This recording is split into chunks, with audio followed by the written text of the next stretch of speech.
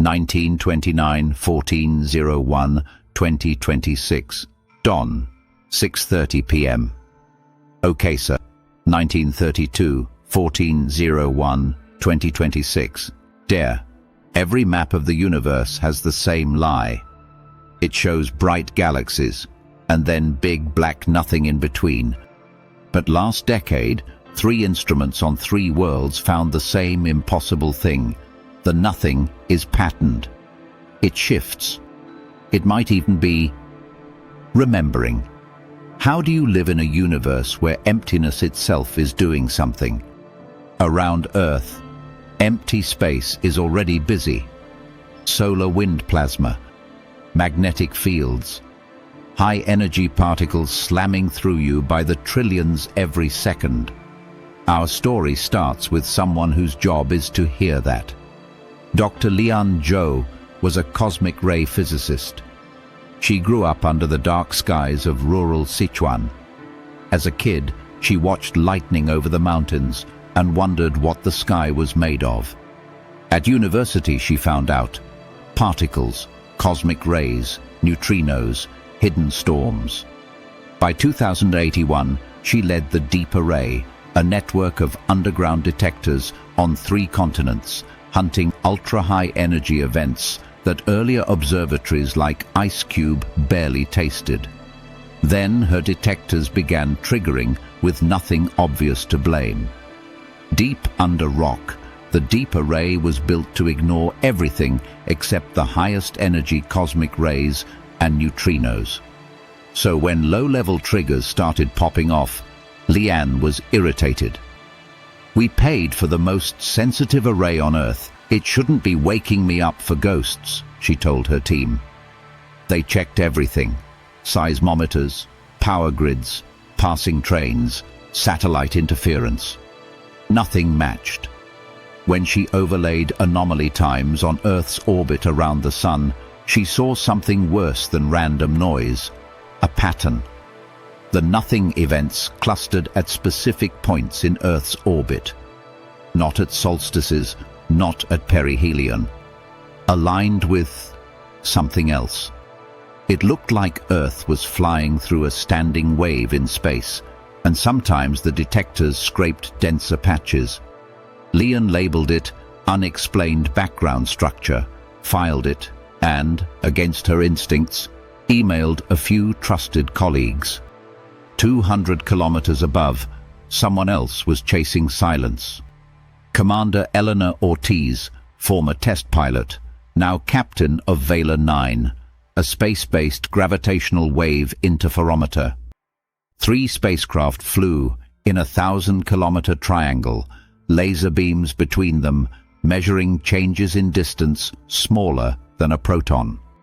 Eleanor used to fly loud, shaking jets. Now she flew the quietest ruler ever built. Her job: catch space-time ripples from colliding black holes and neutron stars. But between the big chirps, Vela heard a shimmer, a faint, persistent hum in the baseline that shouldn't have been there. "The engineers say it's just instrument noise," she told her science officer, pointing at the slowly wiggling baseline. "But it's too structured, and it changes when we rotate the formation." They'd modeled thermal effects and solar pressure.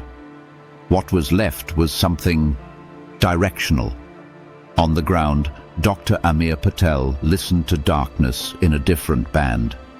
He ran the Quiet Sky Survey, a radio astronomy project obsessed not with loud signals, but with the statistics of the faintest background. Amir grew up in Nairobi. First love, music. Second, code.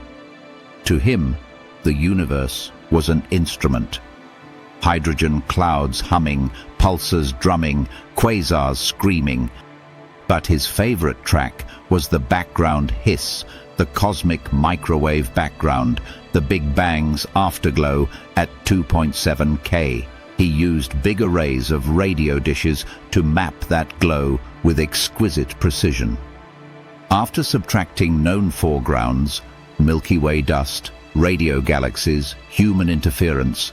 There should have been a nearly perfect pattern, well described by standard cosmology. Instead, the power spectrum of his residual noise had extra bumps, features at angular scales no model predicted. Most people would shrug and blame systematics. Amir didn't. Late one night, he overlaid Lian's deep array anomaly times on his observing logs.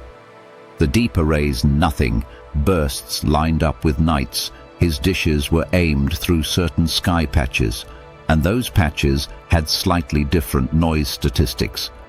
Like some directions through empty space had different microscopic texture. He pinged Lian. "Think of your detectors as microphones," he wrote. "Mine as ears in a different band. I think we're both hearing the same room."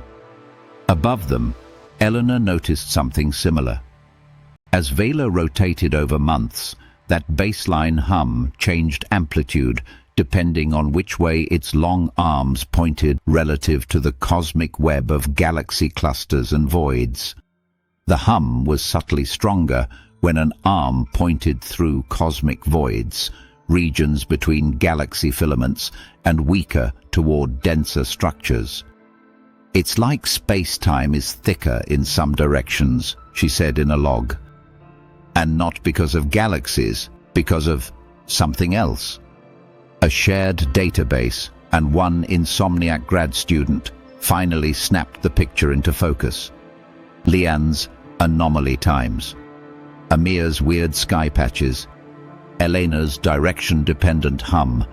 Stacked together, they traced the same pattern. Earth's orbit was weaving through a three-dimensional lattice of vacuum cells, some slightly hotter in fluctuations, some slightly colder. Radio noise from empty sky varied by cell. Gravitational hum varied by direction through the lattice. Lian's detectors flared when Earth crossed cell boundaries. The lattice wasn't aligned with the Milky Way, or with our local cluster, or with any visible structure. It was fixed in comoving coordinates, the expanding grid cosmologists use to describe the universe. In that frame, galaxies drift outward. The lattice stayed put. In a virtual meeting, the three scientists stared at a 3D visualization of this invisible skeleton. "I can't believe what I'm seeing," Eleanor whispered, her pilot's instincts recognizing pattern where others might see chaos. "It's like a lattice," Amir said, hearing harmony in noise. "A three-dimensional structure extending throughout space." Lian, ever the skeptic, said quietly, "We need to rule out every possible error, but if this holds up, then everything we thought we knew about vacuum is wrong." She finally said the words none of them really wanted to hear. "The vacuum has structure. We already knew empty space wasn't truly empty. Quantum field theory says fields fill space even in vacuum. Their lowest energy states still jitter. Virtual particle-antiparticle pairs constantly pop in and out. We call this vacuum energy. We see it in the Casimir effect. Two uncharged plates in vacuum attract because quantum fluctuations are suppressed between them, and on cosmic scales as dark energy, the tiny energy density of empty space driving cosmic acceleration. In the standard LCDM model, dark energy makes up about 68% of the universe's energy budget. We've always assumed it's isotropic, the same in all directions. If the vacuum has a tiny built-in pattern, varying slightly with position or direction, then the cosmological constant might not be entirely constant. It might be the surface effect of a deeper, structured field.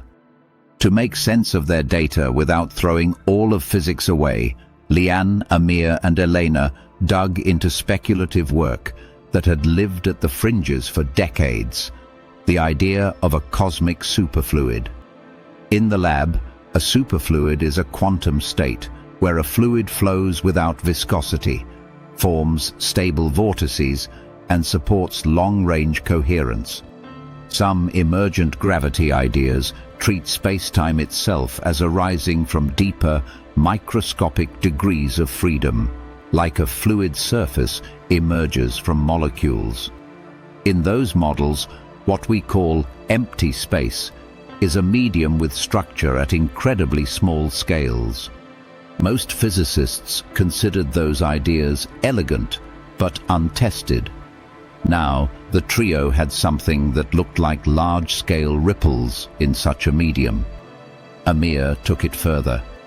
Trying to characterize the odd microwave fluctuations, he reached for information theory, the language of patterns. He computed autocorrelations, mutual information, various complexity measures for different vacuum cells. Most regions looked like good randomness, high entropy, hard to compress, like the output of a well-designed pseudo-random generator. But not maximally random. Some parts were slightly more compressible than they should be. Their fine-scale pattern matched something disturbingly familiar. Error-correcting codes. The kind used in deep space communication.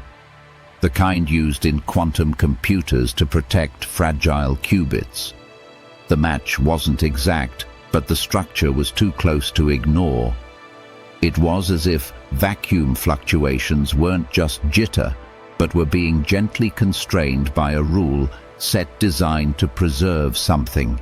A state, a history, a computation. The thought that landed in Amir's chest, maybe the universe uses its own vacuum as memory. We already know information behaves strangely in physics. The holographic principle, born from black hole thermodynamics, suggests the information in a volume can be encoded on its boundary surface. In some interpretations, our 3D world is like a hologram of information living on a 2D boundary. If reality is fundamentally about information, then a structured vacuum starts to look less like magic and more like architecture. The universe might maintain its consistency, its memory of states, through active patterns in what we've called empty space. Leon's quiet cosmic ray anomalies, Amir's CMB wiggles, Elena's gravitational hum, could all be side effects of that deeper substrate. Then the substrate moved. One day, Vela's background changed. Not everywhere. In one direction. One arm of the triangle saw its patterned hum grow sharper and stronger, while the others stayed normal. Too slow for a passing gravitational wave, too persistent for random noise. Elena rolled the formation. The spike followed a specific direction on the sky. She sent coordinates to Earth. Amir pointed his dishes. Leon watched her logs. Over weeks, as Earth's motion brought that patch overhead, all three instruments registered the same thing. A spot in the empty sky where the vacuum pattern was more ordered, less random. A hot pixel in nothing. They subtracted every known astrophysical source. No galaxy clusters, no radio-loud active nuclei. The anomaly remained. Whatever the vacuum substrate was, it wasn't just static. It was changing, locally, as if something, somewhere, was writing into it. Altering vacuum structure isn't cheap. Dark energy density is on the order of 10 to 9 joules per cubic meter, tiny.